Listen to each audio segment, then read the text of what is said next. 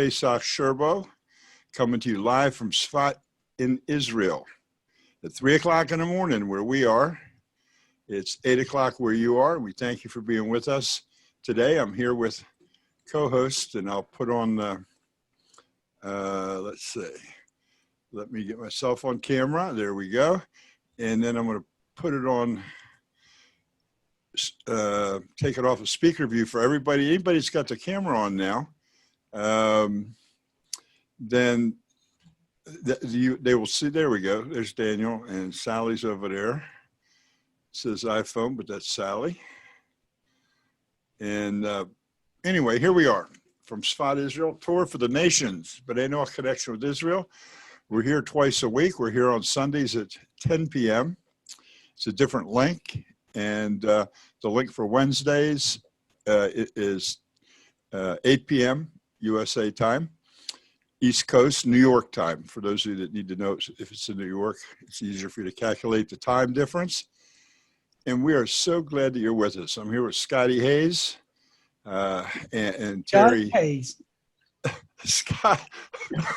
Terry Hayes and Scotty Helton, our co-hosts, and Moella, Daniel, Asher, Daniel, Hans, and Sally. Good to see you. And hopefully some other people will be in here. There's Gloria coming into the room. Very good. Terry,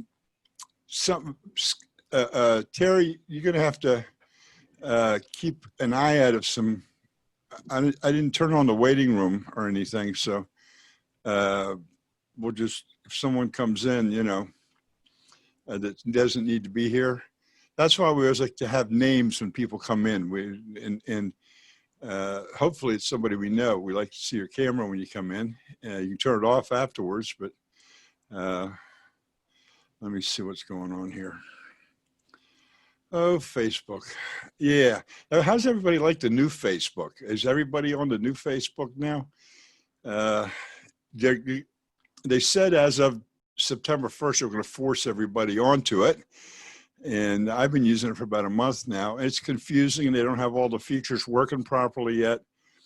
So it's a little tough to use, but it'll get there. It'll get there. I hope everybody's having a great week this week.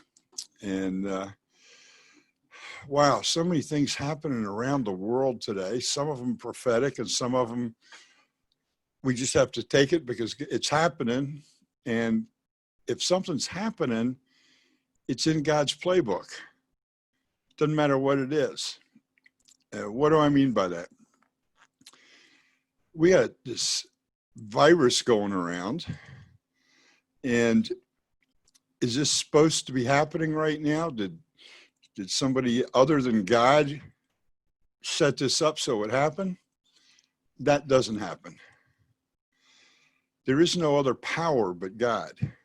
There is no evil power trying to fight with God. There is no big war going on over what's going to rule the world. What's going on simply is how we are going to rule the world. We have to take responsibility for what's happening in the world today. We've always supposed to take it, but some people got off track in different religions, trying to tell us that there are other gods or other entities trying to vie with the God of Israel, Anochi, the one true God, the creator of all, and that he has some kind of power over to defeat God or something. Well, that just isn't so. And what happens is, and I talk about this all the time, the most powerful creation that God created is making a mess. And who's that? That's us. And we have to take responsibility for it. Now, I know that the people I'm talking to, you know that we're doing good and we're not doing evil. But the good power that God gives us, this wonderful, fantastic power, because we're created in his image, we can twist it and turn it any way we please. We can do bad with it or we can do good with it. It's our choice. God says, here, you have free choice, freedom of choice. And in Deuteronomy 30, Devarim 30, he says something very interesting. He says, behold, I've set before you today life and good and death and evil. It's Deuteronomy 30:15, Devarim 15 and 16. And as much as I command you this day to love the Lord your God, to walk in his ways and to observe his commandments, his statutes, his ordinances, so that you will live and increase. And the Lord your God will bless you to the land in which you are coming to take possession of it. Now, this is a very, very deep statement about this, because all of us are inheriting the land of Israel. It doesn't make any difference if you're Jewish or you're not Jewish. Right now, there's this little country, this little sliver on the side of the Mediterranean Sea that is called Israel. And how wonderful. And we got this little country here that is called Israel. And we've had it for 72 years, I guess.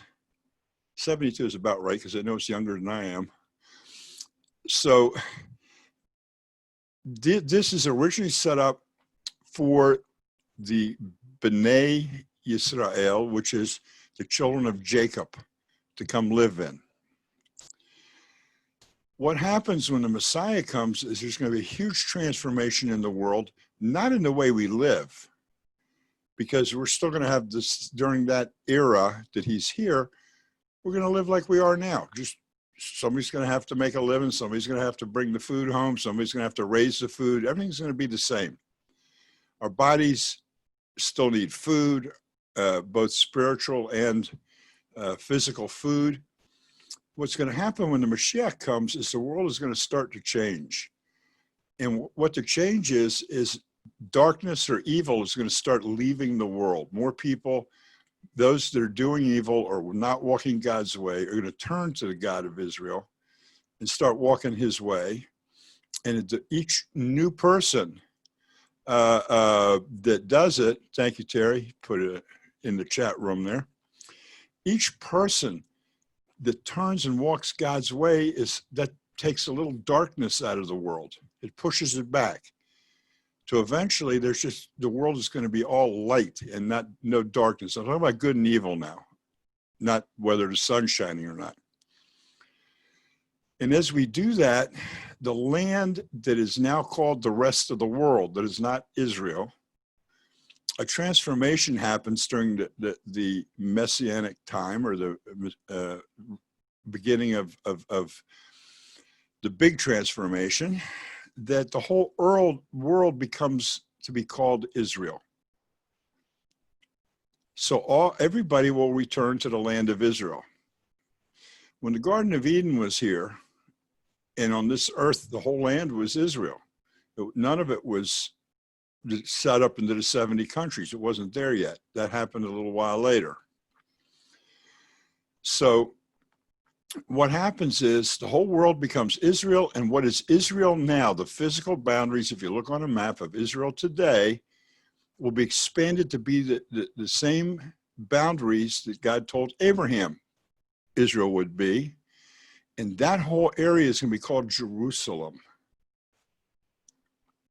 Now, this is all physical. I'm talking about physical stuff and words and all that. That's nice. But what does it really, really mean to the whole world's going to be called Israel? Right now, when you come to Israel, you get on an airplane, you land in Israel, and you touch down on the globe, on land, in a place called Israel, but you actually have come to a higher spiritual place. So whenever we come to Israel, we talk about going up to Israel. And when we're in Israel, I live on the highest mountain in Israel, not the highest mountain, the highest town on a mountain in Israel, higher than Jerusalem. But we don't say we're going down to Jerusalem, we say we're going up to Jerusalem. Because up and down isn't a direction, it's a spiritual level. When you get to Jerusalem, you feel it. When you land in Israel, you feel you've come up a level. When you get to Jerusalem, you feel the power, the spiritual power of coming up to the place where God's Holy of Holies is, where he actually connects into the earth itself, his power. So what happens is that power spreads out across all of Israel, which becomes Jerusalem, and from there it spreads out across the rest of the world, and the rest of the world becomes Israel. Now, this is what we all have in common as human beings. Israel is simply the nation, the people nation Israel, or what we call Bnei Israel. We were given a job to do by Hashem, just like every single one of you looking at me has been given a job to do by Hashem. Now, sometimes we choose to do what we do, and sometimes we choose to do what God wants. Okay, I'm going to put a speaker view on now. Angela, hello. Zechia, hello. Good to see you guys. And George reaching in the background. Good to see you. Hello. This is an important thing to remember, because when in Deuteronomy 30, when we are told that, behold, I have set before you today life and good and death and evil, and each one is dependent upon the other. By the way, this is Rashi explanation. If you do good, you'll be granted life, while if you do evil, you will receive death. Now that's what do we think of when we hear something like that? We think of something very easily, say, well, I'm alive now and I'm going to die. And we think of it in the physical. And it's true. The physical is, it affects our bodies, but it doesn't affect us. You see, there's a difference between our bodies and us. Our bodies are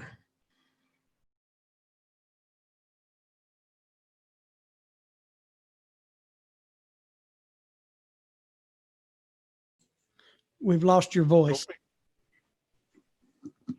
You lost my voice? Yeah, we didn't hear that last bit. Okay. Do you hear me now? Yes. Okay. What I was saying was that life and death, we always think of as in physical. I'm alive now and I'm going to be dead, but we're thinking about our bodies. Our bodies live and our bodies die. But there's a spiritual part of us. That's the me and you that's inside our bodies. Our bodies are simply a carrier for the me and you. Just like you get in a car and you go somewhere. And just like a car, it wears out over time. Now, fortunately, we can't trade in our bodies at this point. I mean, we can do a lot of things. We can do a lot of parts replacement today, but we can't trade them in yet. But we're about to. It's going to happen. That's when the Mashiach gets here. We'll get into that later on. The important thing here to remember is whenever you read something, whenever you hear a word, remember there's always two levels at least to the word. When you say the word, I'm alive, okay, you're physically alive and you're going through this world as it is today, and all of us get worried about what's happening and bills to pay and all the other things that happen. But there's another alive. The alive is the spiritual inside of us, and we can kill it in a heartbeat. Just like when we're raising kids and we take their imagination away, you know, oh, quit reading those books, or don't draw those silly pictures, or let's be logical and things like that. You can push that away from people. And we train people away from it. But remember, you're living two lives. Essentially, you live in your spiritual life, which is entirely in your control. You're using your physical life, which is entirely in your control. And you have to control both of them. And our whole thing that we learn all the time over and over, I don't care if you're reading Tanya, Gemara, Kabbalah,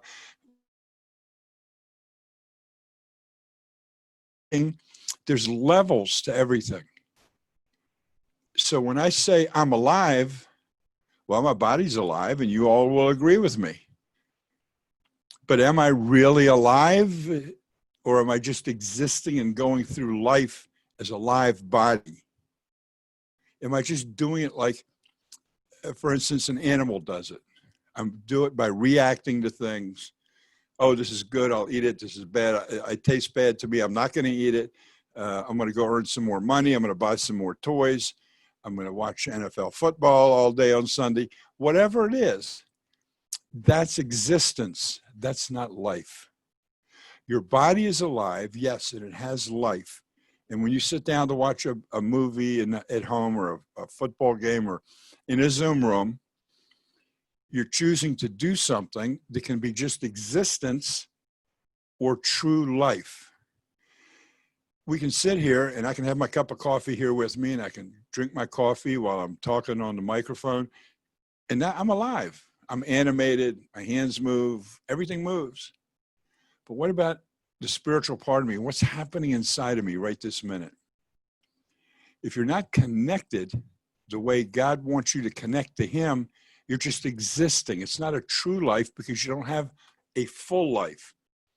The full life is, don't ask somebody that's a millionaire. Don't ask somebody that owns a big yacht or has all the toys they want, because they'll say, man, alive, this is the life. And when you go on vacation, you go to a 5-star hotel, this is the life.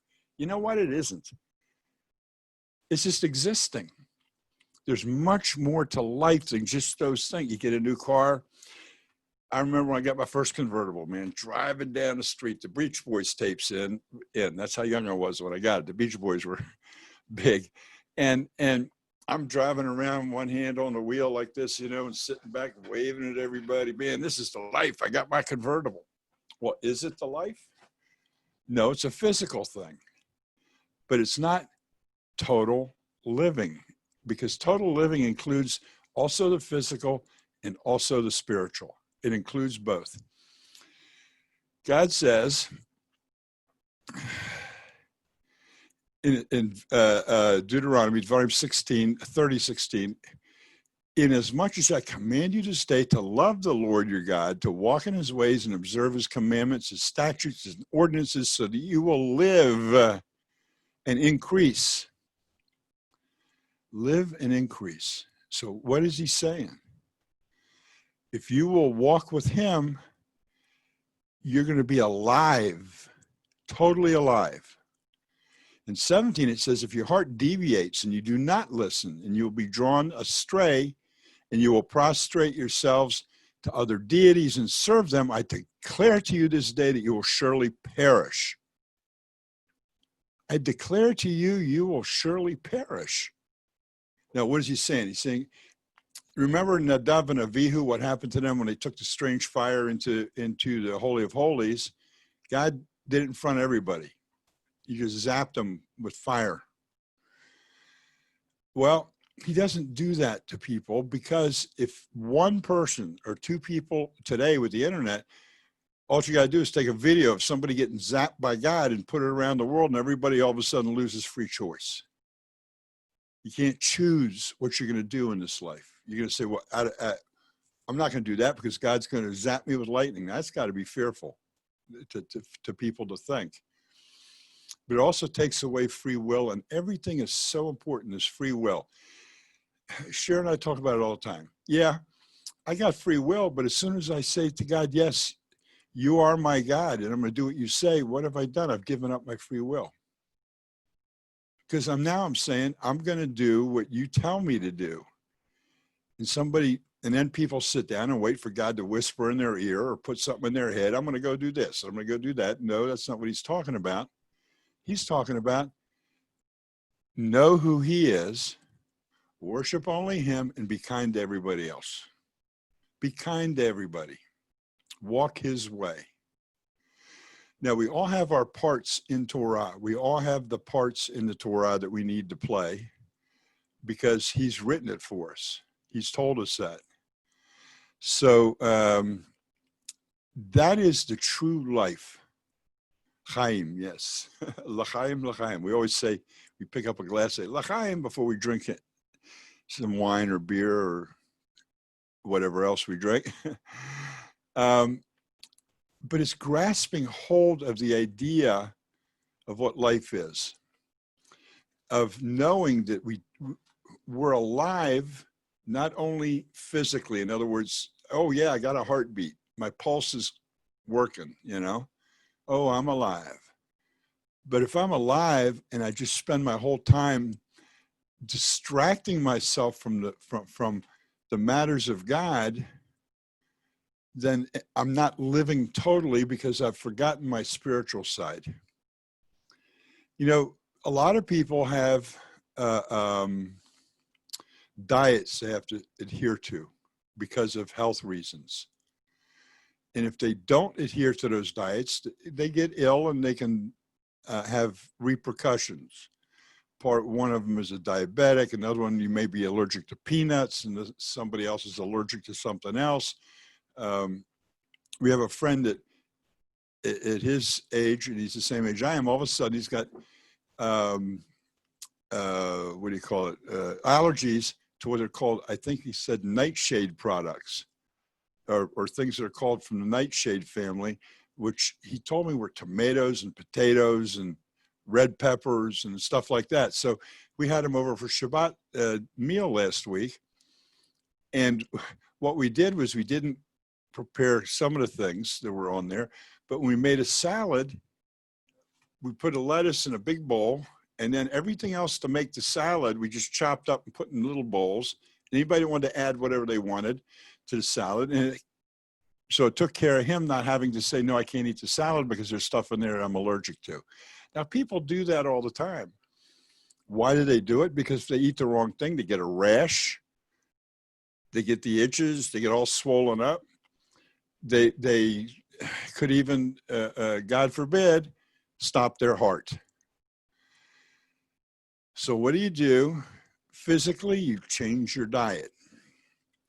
You eat what you know isn't bad for you and will help you be healthy. A lot of people today with the gluten and all the other things, there's so many different things, it gets a little confusing sometimes.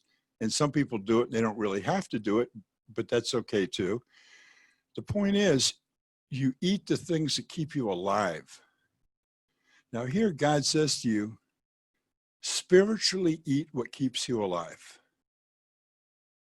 Simple. It's not hard. You don't have to be some pious monk up in the mountains to spiritually be connected to God. You just have to be you and be connected to God with everything you do. You know, I'm going to take this one level deeper, and it's something that I've known and I don't talk about very much, but there is death, folks. Spiritual death is a death. You're in charge whether you're going to spend eternity with Hashem, with God or not, with your Father, your Creator. You're in charge of it.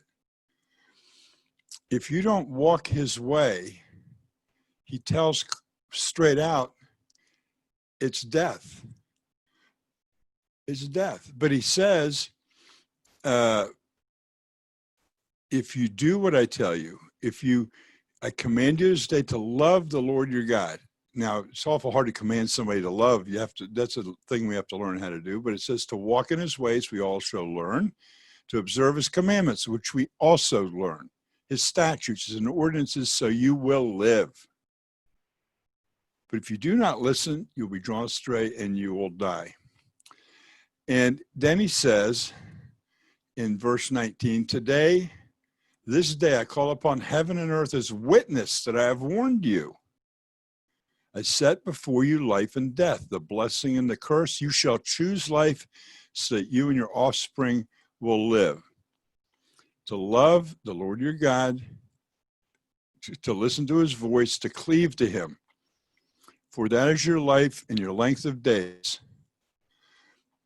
And then it says to dwell on the land which the Lord swore to your forefathers, to Abraham, Isaac, and Jacob, to give them. But what we're saying here is that this is a promise to all mankind. This is the continuation of the earth or this life that God created. So what do we learn from this? And there's all kinds of writings in the Torah, in the Gemara, the Talmud, and Kabbalah, that if you do not connect to life that is in you, which is a spiritual life, when your body dies, you don't exist anymore. You haven't connected to God. God is the life force of the universe. He's the life force of everything. And right, he gives it to us freely. We're connected to it now. Every animal's connected to it. But when we die, the body disconnects from it. The heart stops. We get put in the ground. And David says we end up being worm food. We're recycled. We become part of the environment again. We fertilize plants. We help do all kinds of things. What about the soul, the part of you in there that is you, your identity? What happens to it? It doesn't just poof, disappear unless you will it. That's your will, not God's will. He wants everybody to live. But he warns us, if you don't follow what I tell you to do, you're not going to. You're going to die. Now, this sounds really scary all of a sudden. To me, it did anyway when I learned this. And I'm thinking, wow, I really have to be afraid of God for this thing, because if I don't do right, and then what I try doing is doing all the things I could possibly, oh, I got to do this. No, I got to do that. No, I got to worry about this step. And whoop, better not step on a crack and break my mother's back. Remember that game? Or maybe you guys never played it. I don't know. And that's not who God is either. This is why he says he wants each one of us to know who he is. To know who he is. Have you ever said something to someone and then they come back and say, well, this must be what you're thinking, and tell you what you're thinking, like they can read your mind? Has that ever happened to you? They just tell you, well, I thought you meant this, or I thought you meant that. Most of the time when that happens, they don't know who you are truly, truly. So if we say about God, well, I thought he meant this and I thought he meant that, then we don't know who he is. God wants us to walk his pathway, but he wants us to walk it as we learn it, not just throw it aside. And I remember I said when a discussion with somebody one time, and it's always stuck in my head. If God says you're not to worship idols, but somebody is Mother Teresa, what, does she die? God's going to just throw her away when she dies? And I said, no, I don't think so. But it took me a couple of years to get this understanding in my head. We all know, or most of us know, who Mother Teresa was. She was a good person. She helped her whole life. She did nothing but help people. And she helped people walking in, I think she was Catholic, but she did it in her religion. And so at that point in time, and I don't know, you and I'll never know, we can ask her maybe, or find out somewhere, that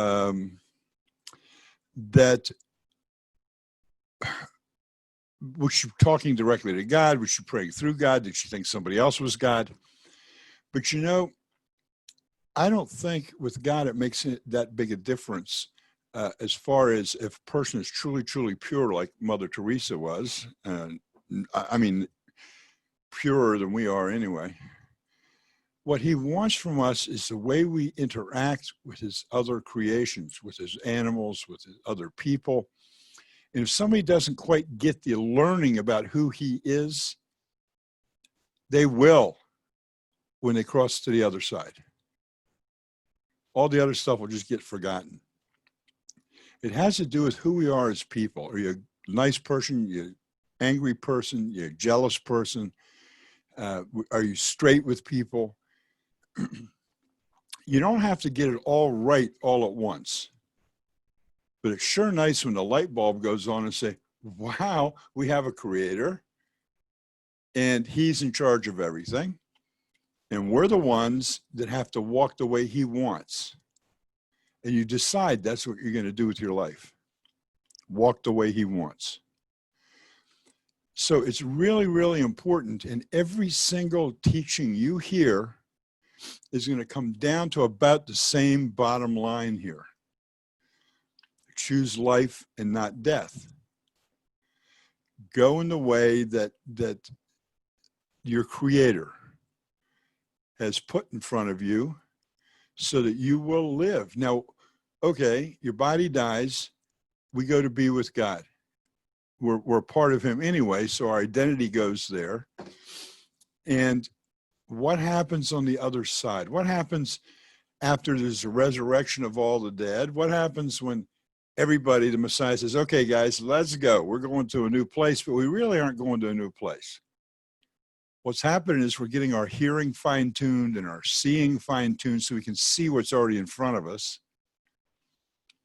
And we will not have the physical body we have today. It's going to be different somehow.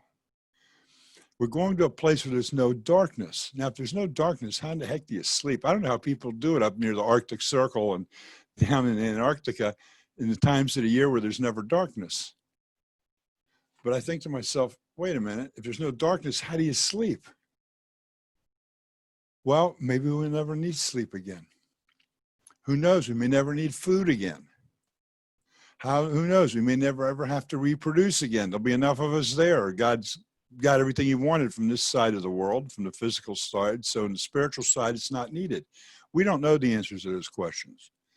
We can theorize. We can put out ideas about what we think it's going to be, and somebody's going to come up with the right story, because in all the talking we do, somebody's going to get it right, but it's up to us to decide whether to accept it as right or wrong and all that stuff. I don't get involved with that. I'm just waiting to see what's going to happen.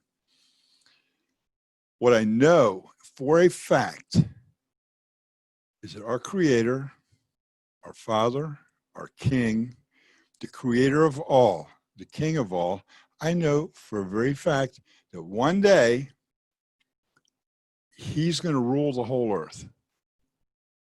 It's going to start with the Mashiach and the King.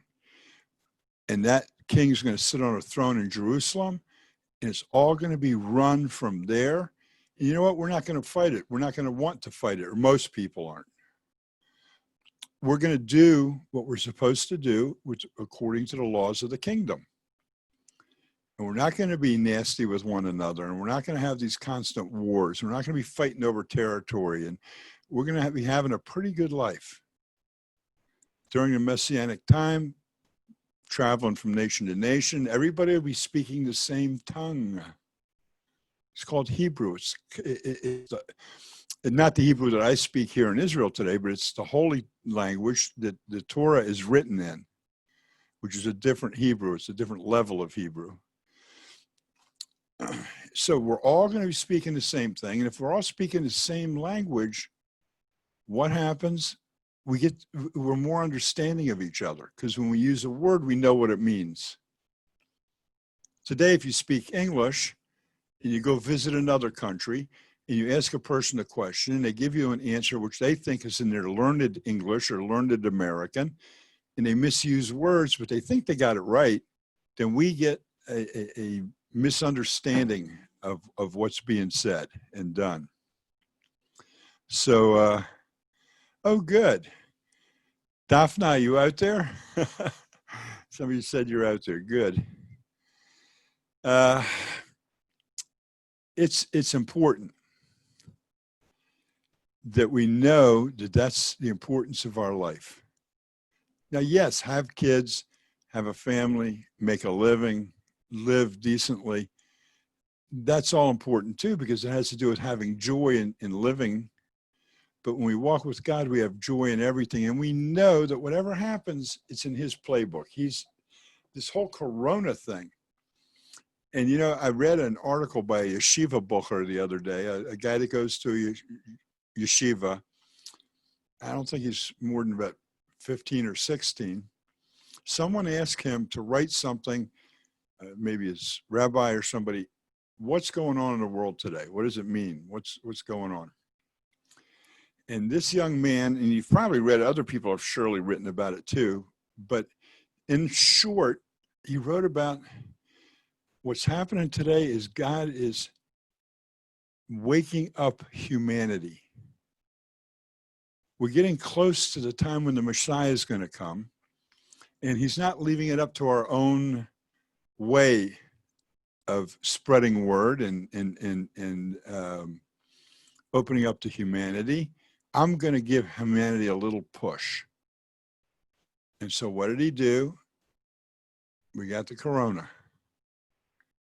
Think about what's happened across the world with the corona. All you ever see in the news is the mortality rate and how many people have it and how the hospitals are overwhelmed with it. And when you start looking at these individual things, you find out something very interesting. The hospitals don't have to be overwhelmed by it. Why? Because we're in charge of how fast it spreads. We are, you and me. Wear masks, don't wear masks. Big controversy. My government's not going to tell me what to do. Well, it's not the government talking to you, sweet cakes. It's God. He's telling you, you can slow down this thing if you put on a mask. And that's been scientifically proven.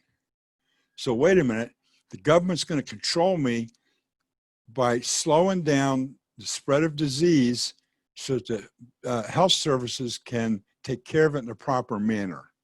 Well, everybody's going to get it anyway, so what I got to wear a mask for?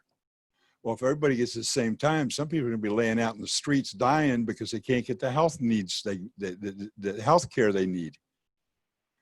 And it's more than just the corona. It's the guy with the heart attack, God forbid, or somebody with an anaphylactic shock, or somebody with diabetes problem that can't get into the hospital because they're full. So we're choosing to let those people die too. Or the older person that's got something wrong and they have to get into the hospital to get corrections. We're choosing to let those people die. We don't think about it, but that's what we're doing. Now, all because our egos say, you ain't going to tell me what to do. And they're saying it to God. They think they're talking to a government, but God's put this on the world. And we can get through it. It may take a year, 2 or 3 years even. Everybody's going to get it eventually. But when people get it, when there's a vaccine or there's a cure, more people live. Now I'm here to tell you, and I told this, Sharon and I had this discussion when this whole thing first started. I maintain my opinion that when everything shakes out and all the numbers are in and all the votes are counted for this coronavirus, there's going to be no more deadly than a normal flu season. The percentage of people that die that got it are going to come out somewhere between 1% and 0.05%, somewhere in that range. Now, what's happened here in Israel, our fatality rate jumped up per 1,000 people because people started ignoring the instructions, ignoring wearing the masks, having the I mean, in one of the Arab villages this week, there was a wedding with over 1,000 people at it. Now, we know, and everybody knows, a lot of those people are going to end up sick, and they're going to overwhelm the hospitals in the area they live in. And somebody's going to die because of that. Okay. We know this is going to happen, so we shouldn't be so stupid as to say, well, I don't have to do this because I'm going to live anyway. But if we can tell God to his face, I don't have to listen to you. I don't have to do what you tell me to do. I'll do what I want to do. Well, that's all we're doing with the coronavirus. We're just telling him, look, let's flip the coin a minute, because there's two sides to every coin. How many people on earth have spent so much time with their family, no matter how long they've had a family, in the last 6 or 7 months? How many people have spent more time learning things in the last 6 or 7 months? How many people in families are connecting and communicating with one another in the last 6 or 7 months? Air travel stopped. There's nobody running around the world so they can do whatever they want to do, whether it's business or vacations or whatever else. God said, okay, everything's on hold right now. Let's get focus on something here. Now, a virus, now this could be a man-made virus. I don't know. some people say yes, some people say no. I do know a coronavirus is the same virus that gives us the everyday cold or the flu or the SARS or the bird flu or the swine flu. It's just it's a virus that exists in the world. Whether somebody did something different with it or not, doesn't make any difference to me. I don't think it makes any difference to anybody else. Older people, like here in Israel, I talk to people who haven't really been out of their home since March. March. How many months is that? 5 months? I stay pretty close to home myself. I go out in the mornings, I go grocery shopping, come home, I gotta go to the store, I do it. But I'm careful. I don't get within 2 meters of people. I always wear a mask. If someone comes up to talk to me without a mask, I just back away from them and listen to them. I don't get nasty with people or anything, but I take the precautions that I need to take. Have you ever seen there was a movie, The Boy in the Bubble, I think it's called, about the guy with the immune system problem. He lived inside a bubble. People couldn't come in to be with him, so he would live. Well, this is exactly what we're talking about.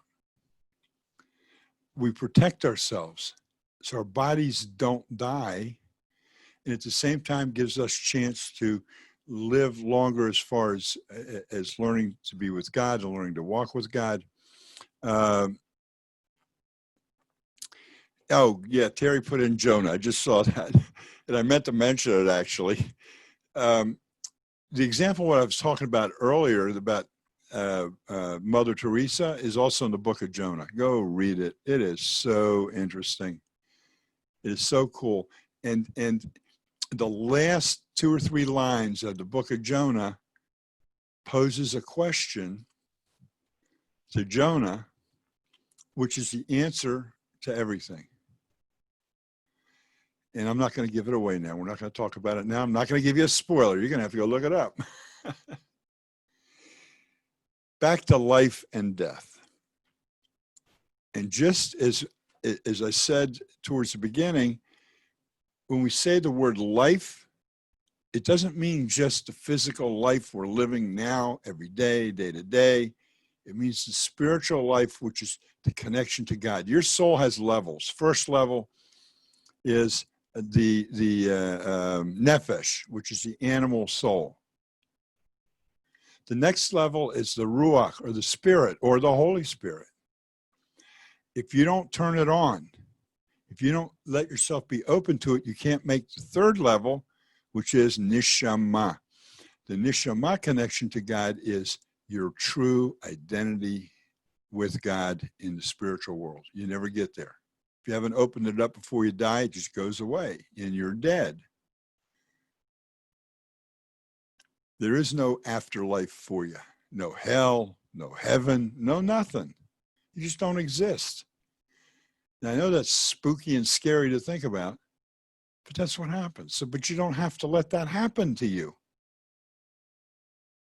It's like somebody says, look, if you take this pill every day when you wake up in the morning and you swallow this pill, you'll live to be 120 years old. But you have to take it every single day from this point on, since I've told it to you. Would you miss it one day? I don't think so. If it would guarantee you 120 years of life on this earth, nobody would miss that vitamin. Oh, I take my multivitamin. Yeah, maybe I might take it 3 days in a row and then forget about it for a while and then take it again. The medicines the doctor prescribes, lots of things. We just intermittently do when we decide, okay, oh yeah, I remembered, I'll do it. But boy, that one pill, if God says to you, from the time you're 19 or 20, you take one of these every day, this will keep you going physically in this world for 120 years. It's also going to bring you to the next world. How many people here would forget it? I know I wouldn't. Not a shot. This is what life is about. This is what God says. Here is the key to everything. But if you don't do it, there is no nowhere you're going. But you know what the great thing about our Father, our Creator, our King is? Let's say that you put aside the pill. I'm going to go do the stuff I need to do. I'm going to go have the fun I want to have. I'm not going to take this pill every day. Okay, you say don't take it. Do you know that at any point in your life, you swallow that pill and start taking it, it is done deal. He gives you the life after this body dies. He doesn't maybe give you the 120 years on this earth, but he gives you the eternal life. You can still get that. I mean, some of us have bodies that aren't going to get to 120 no matter how hard we try. Sheriff said, you know, he shared an interview with somebody on the I don't know, it might have been a TED Talk or something. He says, you know what the key about long life is? He says, you know, every day when you get up, if you remember, there's a whole lot of little babies in there trying to give you energy. They're in your mind and they give you energy to help your body get through. And I'm not saying it as eloquently as this guy said it, but you're only as old as you think you are inside your head. And it's true that your body may start to give out here and there. You can't lift stuff as much as you can, but that's pre-programmed. The minute you were conceived, that was pre-programmed. But if you let yourself get old in your head, your body deteriorates much quicker. Because the body says, okay, well, I'm old. I don't have to do this. I don't have to do that. And I'm like, oh, well, I can't do this. I'll just sit on this thing here and rock back and forth and watch a soap opera or do something else. And gee, I'm old. I don't know what that feels like.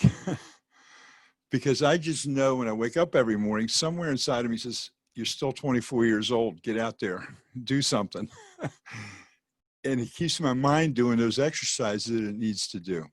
And thank goodness we get a little bit of wisdom with age and we learn things that we can use to keep us alive and well in our relationship with Hashem, our Creator. I was been very blessed by the Creator that I was born Jewish. I haven't known it for most of my life, but I realize it now. It was easier for me to connect than it is for maybe some other people, even though I turned my back and walked away.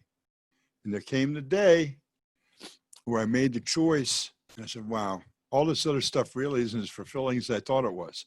Making all this money, having a yacht in Annapolis, Maryland, having a car full of, having my antique cars in the garage and everybody having the fancy little cars to run around in with their names on the license plates and all that stuff. And I realized that wasn't the road. I've told you this, guys, before. I used to have bumper stickers on my cars. He who dies with the most toys wins. I mean, that's what I thought. And then I realized that that isn't true. And I'm hoping that in some way to impart the information to as many people as possible, that wherever you are, whoever you are, that you're going to be bringing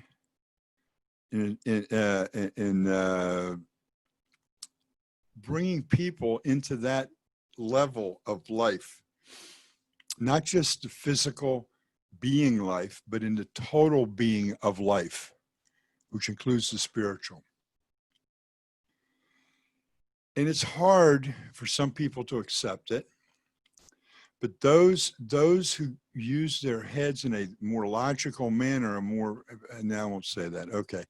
There are people that are living lives that their mothers and fathers lived, that their mothers and fathers lived, that were passed down to them. And they think that that's honoring their parents. Well, let me tell you, it's not. You honor parents by making sure their bills are paid, by making sure they're living in a decent place, by making sure that they have food on the table and that kind of thing. But your Father in heaven wants you to give him the honor of living your life the way he wants you to live it. That's the honor he wants from you to give him. And that's all we have to do is remember that. And he's there, even though we don't want to admit it. A lot of people don't want to admit it. He's there. Anyway, I'm starting to get repetitious here. It's so unusual, Scotty, that you got nothing to say. I haven't said anything yet. No questions here. What? I'm holding down the fort on 3 different venues for you. Okay, thank you. Let me tell you that this time of year, when we're in the month of Elul, and these 12 days, from the 18th of Elul till the 1st of Tishrei, we call it the makeup of makeups.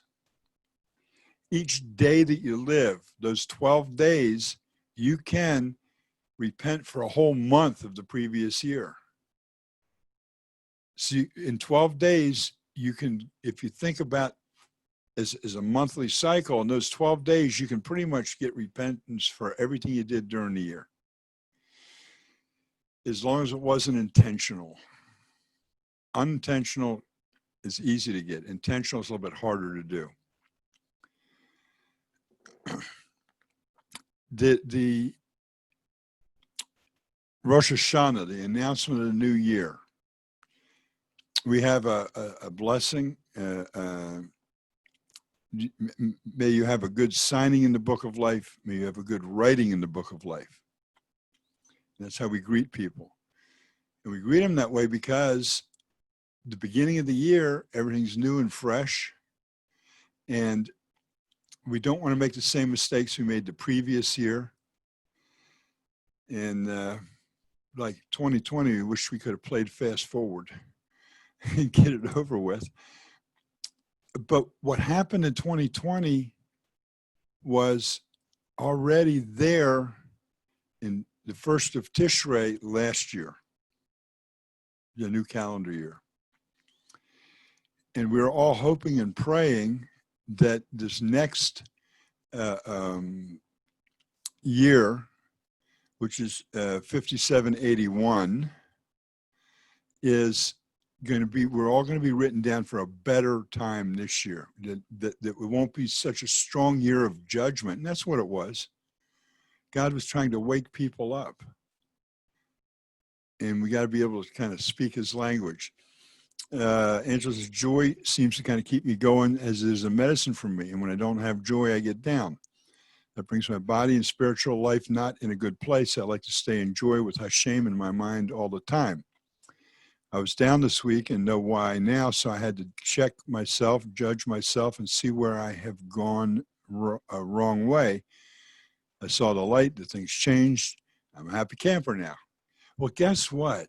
This is a commandment of God. Do you know that? We're supposed to be happy campers. We're supposed to live and do everything in joy. Simcha, it's called. And I've been trying to get a very good friend of mine, Ariel Klemer, to come and do he has a beautiful teaching on in joy with God. And hopefully after the holidays, I can get him to come on and do a teaching here once a week. Hopefully so. I can get him. He's a very spiritual person. He spends a lot of time in studying and working with God. And when I met him, wow, I can't even remember how many years ago I met him. He helps me become a spiritual person. He helped Shira. Just by conversations we had at our kitchen table, he helped her during her conversion. The spiritual things that we were taught. So hopefully we can get him on here and get him on board to teach us about it. Okay, I think we're at the bottom line. Remember that what you want from your life today, tonight, tomorrow morning is that you have you're living completely. That means in the physical and in the spiritual, a completeness to you. And only your Creator can bring you that completeness once you line up with him and work with him. Okay, anybody want to say anything? Comments, questions? I don't know if there's anything on Facebook. I don't even know how to check, actually. Okay, nothing. Okay. All right. No comments and no questions. All right. Did Terry or Scotty, either one, get us up to date here on what you guys are doing on your new Facebook channel? Not, yeah, YouTube. Come on. I was going to point to you, Scotty. Scotty just uploaded our newest video on Sacred Odyssey. We've got another one, a part 2 to that, which is probably going to be a 4, 5, and 6. We're going through, actually in 2 places, we're doing really a similar thing. We're going through Genesis 2:16 and 17. We began that Facebook group, also a simple walk. A lot of people were contacting Scotty. He does those little videos up there where he lives, and people were asking, well, where can we go learn this? So we kind of created that group as an avenue for them people to be able to have a place to come and ask questions and things that they're, learning. This past week, I began a thread on the prohibition of theft and got into Deuteronomy 6, or not Deuteronomy, Genesis 2:16, showing that was the foundation of a man's moral calling. Like you've seen, I posted from Rabbi Hirsch, and it talks about where Hashem laid down the boundaries for personal property in that passage. And Scotty contacted me and said 2 pastors that follow the group took that information and taught it to their Sunday schools this last week. That's good. That's really good. I actually heard from one of those pastors today, and I told him, be careful, don't get the big head. He said that a lot of his folks come to him and said they've never heard anything like that before. It was so simple, yet so deep. That's how we talk in the Western world. So. Yeah, well, hopefully they'll get the clue from these kind of teachings that maybe they got to change what they're teaching just a little bit. Not everything they teach is not right. There's a lot of truth in what they teach. And maybe they'll take a hint and start teaching more. Is the more you teach God's true word, that which is in the Tanakh, that which is in the Torah and the prophets and the writings, the more people learn what they have in their mind maybe isn't the whole truth, nothing but the truth. Right. I mean, that's what we're kind of hoping is to be planting some seeds that instead of berating their faith, we're trying to educate, take the venue of education and showing them what they don't know that's already in front of them, and help change their view, because they've been given a view of, quote, that's part of the Bible, that, and most of them don't know why they have that view. So hopefully we can learn to begin to change that view through these simple but profound things. And they're going, oh, we didn't see this. Well, what else did we not see?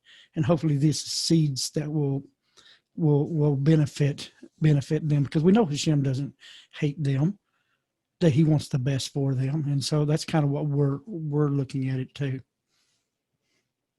It's, when you start showing people little bits of truth here and there, what they're starting to see is the true picture in little snippets. And eventually, like working a big jigsaw puzzle, you see, oh, wow, this piece over here, this whole area over here is now done. It looks really good. Oh, wow, here's another piece done. But I got to keep working to get a bigger picture. And the people that are smart enough to do that will get it done. And I think most human beings are smart enough to do that. I don't care who they are. And it's so important that we, as a people, we don't back off talking to people about it. We don't not talk to people about it for any reason, but we don't force it down their throats. And the best thing to do is not try to point out to them what's better. Just point out to them what is the truth and leave it at that. You don't have to debate it. Truth, you never have to debate. Truth, you never have to debate. You never have to defend. People accept it, they don't accept it. They take the information or they don't take the information. But you don't have to do anything else. You also don't have to keep looking backwards where you've been. Okay, there was a part of your life. Do you go back and look at when your 20th year over and over again? All the stupid things I did. David simply said to God, forgive me for what I did in my youth. Overlook it. I'm moving forward. He didn't keep wailing about what he did in his youth. He just said, just overlook it. I'm done with it. Just move me forward. Have you ever tried to back a car down a long driveway, just back it all the way down that had stone walls on either side, or cars parked on either side? You're so busy looking backward, you can't think of anything else. But if you'd found a way to turn the car around somewhere on that road, there's a way to turn the car around. There's never not a way to turn a car around or a truck. Believe me, I know. And start going down the road front ways first. You don't have to worry so much. You don't have to concentrate so hard. You don't have to be wringing your hands so much. You just do it. You know, there's a quick little story. Right up the street from me, there's a mikveh, the daily ritual bathing place. But also there, when we buy new glassware, new silverware, anything made from metal or anything like that, we have to take it to the mikveh and put it in. And there's a prayer we say before we take it home and use it. And there's a whole lot of reasons behind it. I don't have to go into it right now. But where I used to go all the time, which is I used to just drive up with my car, get out, take four steps or 5 steps, dunk it in the water, say the prayers, put it back in the car and come home. Well, they're building a new building up there on that little area. And believe me, it's a little tiny area. And every time I go up there now, there's either work trucks or there's something there in the way. So one time I decided I'm going to back it all the way up. Instead of trying to make this turn and get all this stuff, I'll just back all the way up. And when I get up there, I don't have to go through turning around. Well, it wasn't that far. Maybe it was 300-400 feet. But I was sweating when I finished backing the car up there. There's a new building on one side with new walls, and the other side, there's this old stone wall on the other side. And all I could think of is I'm going to scrape the car. I don't need any more scrapes on my car. Anyway, when I got up there, now when I went up there last time, I just drove straight up the road. I found a place where I could do, that you can't always do a 3-point turnaround, but you can do a 5-point turnaround. There's ways to turn the car around so you're always facing forward. And that's what we have to do to ourselves. Keep facing forward and forget about what's behind us. Don't ever forget that it led us to the truth. And that's the only reason you get to the truth is because what you went through behind you. So get rid of the bitterness. And I belong to a group, something called the Christians Healing from Leaving Christianity or something like that. There's other groups out there that they focus so much on what was.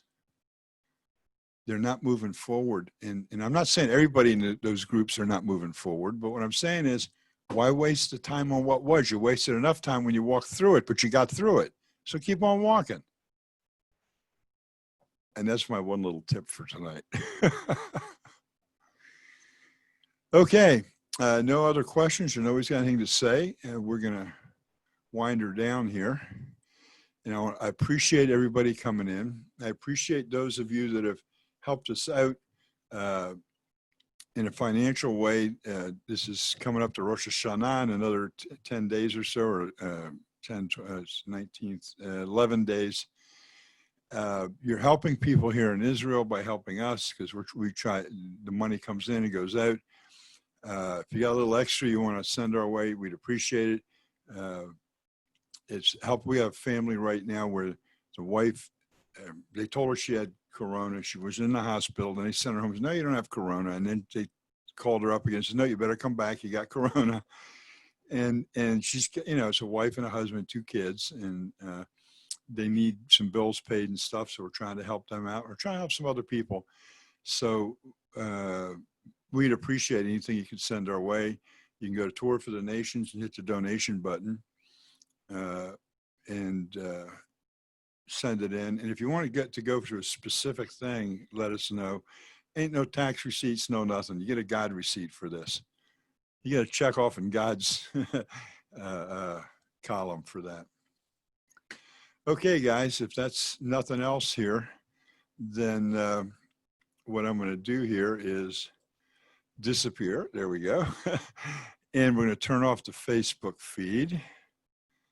Okay, that's turned off. Yeah. All right.